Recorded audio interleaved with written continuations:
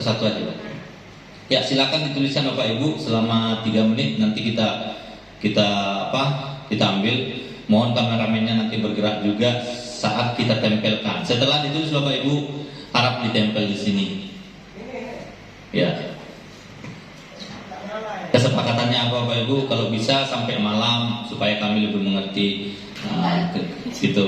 Kesepakatannya kalau ngomong satu-satu kan gitu-gitu. Kesepakatan nggak? Mulai awal sampai akhir nanti kita berada di seminar ini. Kesepakatannya saling menghormati dan mendengarkan. Oke. Ini Bapak Ibu, kegiatan ini dimulai dan selesai tepat waktu. Oke, mantap ya. Kesepakatannya kegiatan selesai tepat waktu. 2. Kesepakatannya kegiatan diharapkan mulai tepat waktu walaupun hanya beberapa yang belum hadir. Oke. Ya, silakan Bapak Ibu. Dan langsung intinya berikan solusi sesuai materi. Keren ya. Oke Bapak Ibu. Bu Riani, dipersilakan.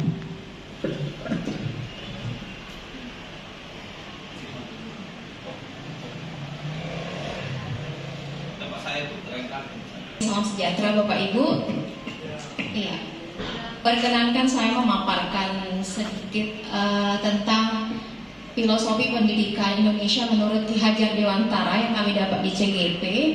Artinya saya berdiri di sini bukan untuk mengajari, tapi untuk sharing supaya kita kedepannya boleh bergerak bersama. Seperti itu. Ya, yang pertama filosofi pendidikan Indonesia Ki Hajar Dewantara. Nanti kita akan belajar tentang refleksi diri menurut KHD. Terus dasar-dasar pendidikan, kemudian ada namanya kodrat alam dan kodrat zaman, kemudian budi pekerti. Terus di dalam kerangka itu juga ada seperti yang tadi di slide pertama. Kemudian sebentar Pak Dom, masih slide yang pertama. Ya, kerangka filosofis, bagaimana cara kita melakukan aksi nyata, terus harapan yang akan diwujudkan, terus tantangan apa yang kita hadapi di lapangan. Nah, untuk penerapan nanti ada saran, berbagi, kemudian sharing di komunitas. Next. Nah, yang untuk kita pikirkan bersama adalah relevansi pemikiran KHD ini, pendidikan yang berhamba atau menghamba atau berpihak pada anak, yakni pendidikan harusnya berpusat pada peserta didik, yakni peserta didik bukan dilihat sebagai objek, tetapi sebagai subjek. Jadi kita memberikan mereka kesempatan dan memfasilitasi mereka untuk mencapai tujuan pembelajarannya. Nah, yang menjadi refleksi diri tidak asing lagi buat kita selama ini ya. Ingarso sung tulada ing madya mangunkanso tut uri handayani. Itu yang selama ini selalu kita dengar tentang KHD ya. Nah, apa sih pendidikan menurut Ki Hajar Dewantara? Menurut Ki Hajar Dewantara, yang pertama pendidikan itu adalah memerdekakan. Yang kedua, kehidupan. Pendidikan adalah tempat persemaian benih-benih kebudayaan dalam masyarakat. Next. Apa yang menjadi dasar pendidikan menurut KHD ini? Yang pertama, tujuan pendidikan menuntun segala kodrat yang ada pada anak-anak agar mereka dapat mencapai keselamatan dan kebahagiaan yang setinggi-tingginya, baik sebagai manusia maupun sebagai anggota masyarakat. Itu tujuan pendidikan menurut KHD. Oleh sebab itu, pendidik itu tidak hanya dapat menuntun tumbuh atau hidupnya kekuatan kodrat yang ada pada anak-anak agar dapat memperbaiki lakunya, bukan dasarnya, hidup dan tumbuhnya kekuatan kodrat anak tersebut. Nanti mungkin tentang kodrat ada lebih lanjut lagi mungkin di materi 2 atau 3. Bagaimana menuntun anak tersebut? KHD mengibaratkan peran kita sebagai pendidik adalah seorang petani atau tukang kebun. Nah, dalam proses menuntun anak diberi kebebasan, namun pendidik sebagai pamong dalam memberi tuntunan dan arahan agar tidak kehilangan arah dan membahayakan dirinya. Jadi seorang pamong itu hanya dapat memberikan tuntunan agar anak-anak dapat menemukan kemerdekaannya sendiri di dalam belajar. Next. Apa yang harus kita ingat? Yang pertama, bahwa pendidikan itu hanya suatu tuntunan. Jadi di dalam hidup tumbuhnya anak-anak kita, ya. Jadi artinya apa? Bahwa hidup tumbuhnya anak itu terletak di luar kecakapan atau kehendak kita sebagai kaum pendidik. Kemudian anak-anak itu juga sebagai makhluk manusia dan benda hidup, sehingga mereka hidup dan tumbuh menurut kodratnya sendiri. Ya, seperti penjelasan sebelumnya bahwa kekuatan kodrat yang ada pada anak itu ialah segala kekuatan yang ada dalam hidup batin dan hidup lahir anak-anak tersebut oleh karena kekuasaan kodrat. Kemudian kita sebagai kaum pendidik hanya dapat menuntun tumbuhnya dan hidupnya kekuatan kodrat tersebut agar dapat memperbaiki lakunya. Ingat, bukan dasarnya tapi lakunya, ya, supaya hidup dan tumbuhnya kekuatan kodrat tersebut. Perlukah tuntunan itu? Ya, meskipun pendidikan itu hanya tuntunan saja di dalam hidup tumbuhnya anak-anak, tetapi perlu juga pendidikan itu berhubungan dengan kodrat keadaan dan keadaan setiap anak. Andaikan anak tidak baik dasarnya, tentu anak tersebut mendapatkan tuntunan agar semakin baik budi. Anak yang dasar jiwanya tidak baik dan juga tidak mendapat tuntunan pendidikan tentunya akan mudah menjadi orang jahat. Ya, anak yang sudah baik dasarnya juga masih memerlukan tuntunan. Nah, tidak saja dengan tuntunan itu, ia akan mendapatkan kecerdasan yang lebih tinggi dan luas. Akan tetapi dengan adanya tuntunan itu, ia dapat terlepas dari segala macam pengaruh jahat. Nah, tidak sedikit anak-anak yang baik dasarnya, tetapi karena pengaruh-pengaruh dari lingkungannya kemudian menjadi orang-orang jahat. Pendidikan terhadap anak ibarat bibit dan jagung. Jadi kita diibaratkan sebagai seorang petani yang kita hanya bisa menanam, terus memikirkan bagaimana supaya dia tumbuh subur, memberikan pupuk, hanya seperti itu, ya. Lanjut. Next.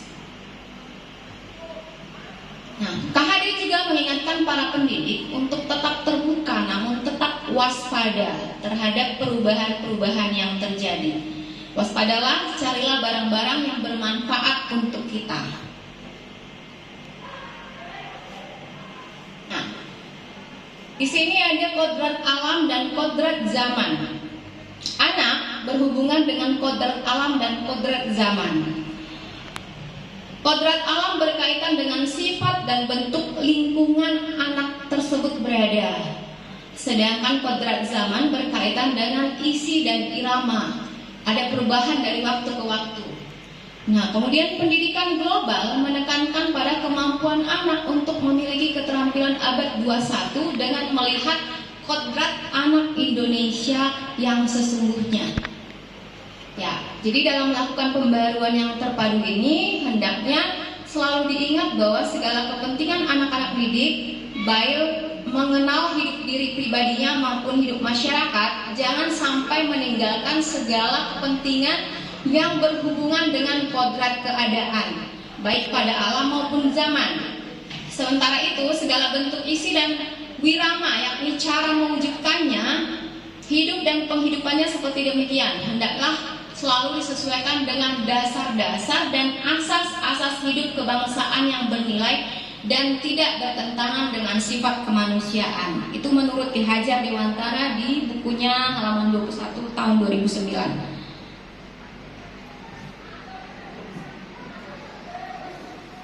Ya, kemudian ada 3 aliran yang berhubungan dengan soal gaya pendidikan. Yang pertama, anak yang lahir di dunia itu diumpamakan seperti sehelai kertas yang belum ditulis. Yang kedua, itu aliran negatif yang berpendapat bahwa anak itu lahir sebagai sehelai kertas yang sudah ditulisi sepenuhnya. Yang ketiga, aliran bahwa anak yang dilahirkan itu diumpamakan sehelai kertas yang sudah ditulisi penuh, tetapi semua tulisan-tulisan itu suram. Kita tentunya kenal dengan yang namanya budi pekerti. Apa sih budi pekerti itu? Budi pekerti diartikan sebagai perpaduan antara cipta, karsa, dan menciptakan karya. Bismillahirrahmanirrahim. Assalamualaikum warahmatullahi wabarakatuh. Yang saya hormati Ibu Hadijah SE MPD selaku Kepala SMP Negeri 51 Batang, dan rekan-rekan Majelis Guru serta tenaga kependidikan yang saya hormati. Terima kasih atas waktu yang diberikan kepada saya untuk menyampaikan sedikit materi yang sudah saya terima selama 2 bulan lebih mengikuti diklat calon guru penggerak. Boleh sebentar untuk saya sampaikan materi dari Bu Riani tadi, ya Bu Ri, saya deskripsikan kembali bahwa Ki Hajar Dewantoro itu filosofi pendidikannya sebenarnya tidak ada yang berubah, tetapi kita lebih kembali ke dunia pendidikan sebenarnya gitu. Jadi menurut Ki Hajar itu ada 2, pendidikan dan pengajaran itu sesuatu yang berbeda. Yang pertama, kalau pengajaran itu kita menyampaikan ilmu, menyampaikan apa yang kita punyai. Tapi kalau mendidik itu kita memberi tuntunan, yang tadi Saudara MC sudah sampaikan, baru dapat ya Bu ya. Jadi bukan menuntut, tapi kita memberi tuntunan bahwa anak-anak didik kita itu sudah punya kodrat sejak lahir, yang kita sebagai guru itu diibaratkan sebagai petani atau tukang kebun yang harus bisa menuntun mereka mencapai kodrat yang terbaik gitu. Selain itu juga punya bakat, punya apa tadi Bu Riani, yang dari lahir biologis ya. Terkadang kan kita punya sifat dasar dari lahir yang tidak semuanya baik, sehingga kita sebagai guru juga harus memberi tuntunan bagaimana sifat yang tidak baik itu bisa tertekan, kemudian tidak timbul. Walaupun itu tidak mungkin hilang karena itu bawaan dari lahir. Jadi sifat-sifat yang tidak baik itu kalau kita dalam lingkungan yang baik, tadi kata petani, ditumbuhkan, diberi pupuk, dikasih air yang cukup semuanya, tentu yang bibit tidak baik tadi kan tidak muncul lebih maksimal gitu. Jadi seperti itu fungsi kita nantinya sebagai guru itu, menutup bagaimana bakat yang tidak baik tadi tersimpan. Kita memberi tuntunan agar kodrat dia yang baik itu tercapai untuk keselamatan dia di dunia dan akhirat, seperti itu. Selanjutnya di sini saya akan menyampaikan materi tentang keyakinan kelas. Mungkin asing juga bagi teman-teman semua yang belum mengikuti diklat calon guru penggerak. Saya juga mendapat ini sesuatu yang baru, atau sebenarnya sudah yang rajin baca, searching mungkin sudah tahu. Tapi saya juga waktu di guru penggerak itu baru dapat hal baru, keyakinan kelas itu. Selama ini mungkin yang kita gunakan, kita pakai itu adalah peraturan. Kalau peraturan itu dari kita kecil sampai sekarang jadi guru selalu dengar dan selalu membuat itu. Betul Bapak Ibu? Ya kan? Tapi untuk pendidikan guru penggerak ini, kami dilatih, kami diberi materi bahwa sebenarnya peraturan itu tidak tepat, kurang tepat untuk kita buat dan kita laksanakan. Karena peraturan itu bersifat mengikat, memaksa dari luar, bukan dari dalam diri anak ataupun kita. Nah, sebaiknya kita itu membuat dan motivasi itu dari dalam diri, yaitu dari keyakinan kelas, yang nantinya keyakinan itu bisa membuat lingkungan menjadi lebih positif karena kita tidak dalam paksaan. Baru tujuan terakhir budaya positif itu bisa. Mengapa harus menggunakan keyakinan kelas? Nah, sekarang coba kita jawab dalam hati dan pikiran kita masing-masing. Mengapa kita memiliki peraturan harus pakai helm kalau pakai kendaraan? Atau kenapa harus pasang safety belt kalau nyetir mobil? mengapa kita harus pakai masker, cuci tangan, jaga jarak. Juga kenapa kita harus datang tepat waktu ketika pelatihan. Nah, coba kita kembali, itu menjadi faktor dari dalam kita, motivasi intrinsik, bukan karena kita pakai helm karena aduh ada polisi di sana, kan beda. Apalagi Bapak Ibu, kita kan yang di sini sudah dewasa semua, tentu kita lebih paham resiko dari apa yang kita lakukan. Jadi kalau ke anak, nanti kita juga seperti itu, memotivasi mereka itu dari dalam, memberi keyakinan, kenapa sih kamu harus ini.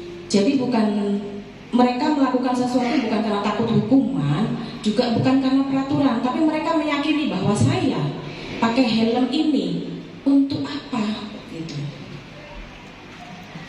Next Pak Dong. Ini nilai-nilai keselamatan atau kesehatan itu yang disebut sebagai keyakinan yang harus diyakini bahwa saya tadi pakai helm kenapa ya gitu. Jadi alasan itu yang akan memberi motivasi siswa itu dari dalam gitu. Jadi dia lebih tergerak dengan yakin, bukan karena paksaan, bukan karena ada peraturan atau karena ada hukuman. Jadi lebih tergerak sendiri karena dia dari dalam gitu. Luar itu kan hanya kontrol, polisi misalnya atau kita guru, nak kok nggak pakai masker, nak kok belum cuci tangan, itu kan hanya sebuah kontrol. Tapi dari dalam diri anak harus kita tumbuhkan bahwa keyakinan menjaga kesehatan, keyakinan menjaga keselamatan itu lebih penting gitu. Jadi mungkin kedepannya kita tidak akan buat lagi peraturan gitu. Kita akan buatnya sebuah keyakinan. Apa yang kita yakini bersama, ayo kita buat, kita laksanakan seperti itu. Karena tadi ada kalimat menghamba kepada anak ya Bu Riani. Jadi kita sebenarnya kata lainnya adalah memanusiakan anak-anak itu gitu. Dia punya hak yang sama dengan kita. Next Pak Dong. Ini bedanya apa sih keyakinan kelas? Mungkin keyakinan kelas itu bersifatnya lebih abstrak, yang bahasa Indonesia lebih tidak nyata ya Bu, dibanding peraturan. Kalau peraturan itu jelas tertulis, mungkin sanksinya apa. Dia memang lebih abstrak, tapi sebenarnya lebih mudah diterapkan karena sudah ada dari dalam diri. Emang nggak nampak itu dari dalam diri anak itu dan butuh waktu yang lama. Nah, mungkin di situ nanti kendala kita untuk membuat budaya positif itu. Kita continue, komit terus sampai terwujud. Nggak bisa kita musiman, hari ini semangat untuk apa, nanti lain waktu lagi sudah dibiarkan. Seperti itu. Kemudian keyakinan kelas berupa pernyataan-pernyataan yang universal, yang luas, yang semua anak paham, mudah untuk dibuat sebuah keyakinan. Kemudian senantiasa dibuat dalam bentuk positif. Jadi kalimatnya itu bukan kalimat negatif. Dilarang melepas helm misalnya ketika berkendara, kalimatnya dirubah menjadi sebuah kalimat yang positif.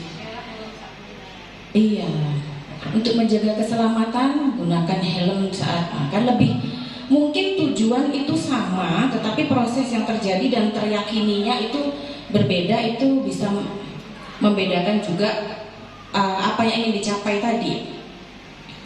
Kemudian keyakinan kelas hendaknya tidak usah banyak, tidak terlalu banyak. Kalau kita kan banyak peraturan, pandai kita menulis, karena udah turun-temurun dari pemerintah kita kan seperti itu. Kalau hanya sebuah tulisan kan mudah membuat aturan banyak, tapi mungkin yang terkontrol hanya beberapa. Jadi kalau keyakinan kelas ini tidak usah banyak, tetapi mudah diingat dan dipahami seluruh warga kelas.